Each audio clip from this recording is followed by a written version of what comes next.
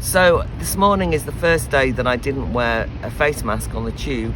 That's because I didn't have to, and the rules have gone. So in some ways, it's back to normal, and that's a great relief. But just when you think life is back to normal, war breaks out in Europe. And I can't really start inside the Lords without reflecting for a few minutes on the terrible events of overnight, which is the full-scale invasion of Ukraine by Russia. A couple of things to say on it, because I certainly need time to reflect and think like everybody else, but a couple of points. Firstly, of course, I stand with the people of Ukraine, for want of a better way of explaining it, but it does make you understand, I think, why something that seems abstract to lots of the times, like sovereignty, matters, right? Why borders matter. And if you're a country like Ukraine and your sovereignty is so greatly overrun in physical fashion that your borders are just disregarded, then you can understand maybe that concept of sovereignty that a lot of us have argued about has a real material, physical meaning for people. But secondly, because there's a huge amount of hawkish rhetoric going on in relation to, we always knew Putin was going to do this, Putin is the enemy, people kind of almost willing on a kind of military conflict, and there's some unsavoury things being said, I think. I would just like to note that the internationalising of this conflict by the West, who in many ways, before what's happened, started using the situation between Russia and Ukraine for their own ends and really hyping up the rhetoric and the language and so on and so forth, I don't think has helped. Let's put it that way. There's no excusing what Putin has done, but that doesn't mean that the West, which I think is pretty degenerate, doesn't act as a geopolitical force where it even acts within its own terms for its own good, but where we know it's slightly out of control, lots of things done for domestic reasons, then I'm afraid that I do think the West has contributed to the instability in the region, up these stakes, and in many ways that has provoked, or certainly not helped, keep Putin in any kind of perspective in terms of what he's done.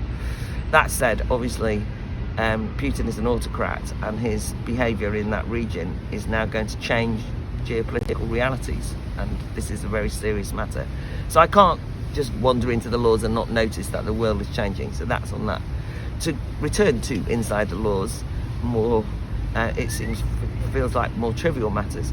A number of things that are important. The Building Safety Bill is now being discussed at committee stage, and although I am only sort of dipping in today, I will be there for the last 2 full days of committee next week.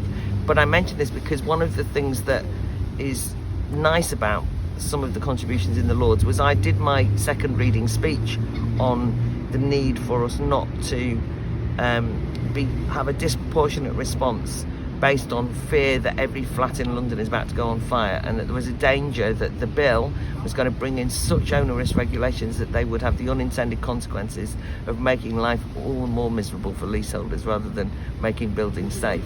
Like every piece of legislation as I see it, rather than it being targeted, proportionate, what I see is that a piece of legislation is brought in and everything is hung on it, and every possible precautionary what-if scenario is accounted for, and that can make things a lot worse. I made my speech and I thought it didn't go down very well in the House, as they say, and everybody looked at me madly because everybody wanted to talk about defending leaseholders. But I was contacted by a group of leaseholders who said, actually, we agree with you, or we agree with some parts of what you said, and I've had a meeting with them, and I'm now going to put in my first set of amendments on my own on the Building Safety Bill next week, having discussed with them the kind of concerns they have. For example, the mandate that every building in London should have a building safety manager, which, if you imagine, will mean that the building safety manager's got nothing better to do than to wander around finding fault, and also will be paid a lot of money, which the leaseholders will have to pay in their service charges. So we want to get rid of the building safety manager as a requirement for every building, because it's over the top, not necessary.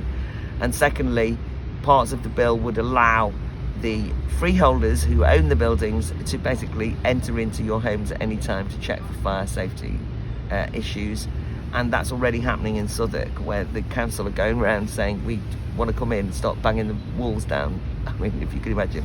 So we're going to try and get rid of the that as only in the last resort, not as a kind of first means of checking your safety. So that's interesting. The second thing is that yesterday was the second reading of the elections bill, and this is important. The elections bill is where they're going to change things, like they're going to reform the postal ballot system, which needs to be reformed because it's become abused, and postal vote laundering has been a real problem. But the government wants to bring in voter ID, which has been very controversial, and also they are amending and changing the accountability mechanisms for the Electoral Commission, amongst other things. But the reason why it's important is because it's all framed in relation to the importance of democracy, the importance of voters, and obviously these are things which I'm passionate about and have a huge amount of concerns that democracy has been undermined over recent years. So it was really galling for two reasons, the debate that occurred, despite there being lots of very good speeches. One is that the argument that's being used by the opposition is that the Conservative Party are willfully changing the situation so you have to have voter ID, which, by the way, I'm not a great fan of, because they want to stop the poor and marginalised from ever having a vote. And that is their serious argument, right? And they basically, it's like a conspiracy theory from a kind of leftish thing, which is the Conservatives are so are planning a kind of coup to stop people voting, right? And that seems to me to be a very dangerous argument to use, because that in and of itself undermines any trust one might have in the democratic system. My argument is that the government shouldn't bring in voter ID, because apart from anything else, we don't want that. Any obstacles to people voting, it's unnecessary, there isn't great fraud going on. And even the fact that they're doing it suggests that there's a problem and actually undermines trust in the democratic process. And the reason why I don't want the democratic process to be undermined in this way by either side, both sides in this instance, is because we know that the bigger problem we've got is that people in the last few years, particularly in the establishment, have not trusted the outcome of elections. Losers' consent has almost disappeared. And we saw the consequences of that in America with Trump saying that Biden wasn't elected, which was basically a churlish response to losing an election. But we, of course, have had that in relation to the Brexit vote, which was that despite 52% of the public voting to leave the European Union, the next 4 or 5 years have been groups of people saying, well, that vote doesn't count, or we should come that vote, or undermine it, or what have you. And all these people that I had to listen to yesterday saying, what about the poor, unenfranchised people who get to vote? Ignore the fact that they were exactly the people who, when the poor and disenfranchised went out and voted in their millions and voted to leave the European Union, were then the people who turned on the voters. So yesterday I made a Brexit speech. I mean, it was as somebody that knows me well said, it was a very good speech, but it's a bit Brexity, Claire. I did go on. Obviously they were furious, but I wanted to really say, if you're going to talk about the Electoral Commission, which the opposition is saying the Tories are taking it over, it's an independent body, we need it because that's the only way fair elections can happen in this country. The Electoral Commission, are you kidding me, went round raiding Brexit Party offices, harassing Darren Grimes to the point where eventually they had to make a public apology. I'm not saying this. They themselves said, oh, we weren't independent during the Brexit vote. Well, that was the largest vote in Britain, so they're not an independent body. We don't need this unelected body to oversee elections, in my view. If anything, the Conservatives don't go far enough in their bill. So I made a very Brexity speech, because I do think that although I find it annoying when people go on about Brexit all the time, a lot of the time you just feel like there's a lot of Remainers who are saying it's time to rejoin, what a disaster it is. I also think it's important we don't let people forget what they did, and I can't stand the hypocrisy of people who say that they believe in democracy but actually are the very people who undermine democracy so savagely only recently.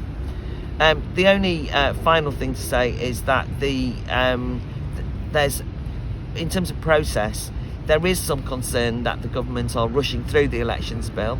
They're trying to rush through the building safety bill.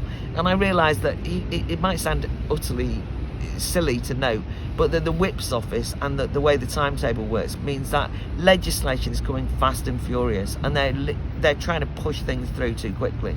And although I don't think that the House of Lords should exist as a scrutinising body because it's unelected, we've had that conversation, nonetheless, if you've got that system, then what you can't do is rush everything through and start complaining when people put in amendments too much. You've got to at least give time people to have these debates.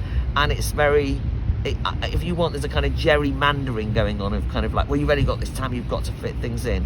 And that doesn't allow for proper discussion or scrutiny. I'll finish off with the fact that one of the big pieces of legislation coming up is the online safety bill and the online harms bill. And that is going to be arriving at the Lords at some stage relatively soon, going through the Commons first. The government have backed down and watered down some of its provisions, but it's still a real threat to free speech. And too many people are still saying, actually, in order to have free speech, we need the online safety bill so that we have safety, and then we build into the bill a free speech provision. And I'm going to be speaking about that on Friday. But it was nice yesterday because I went to an APPG, that's a cross-party, cross-house breakfast. It was the first one I'd done face-to-face, where we were all talking about the online harms bill. And it was actually nice to see people genuinely from all the parties and from, all these MPs who I see on the telly normally and don't normally see, having a serious grown-up conversation about what could be done about it in order to defend free speech. And I felt vaguely like a grown-up parliamentarian in a sort of a way, because I thought, maybe this is a positive thing, but who knows. Back to finish with Ukraine.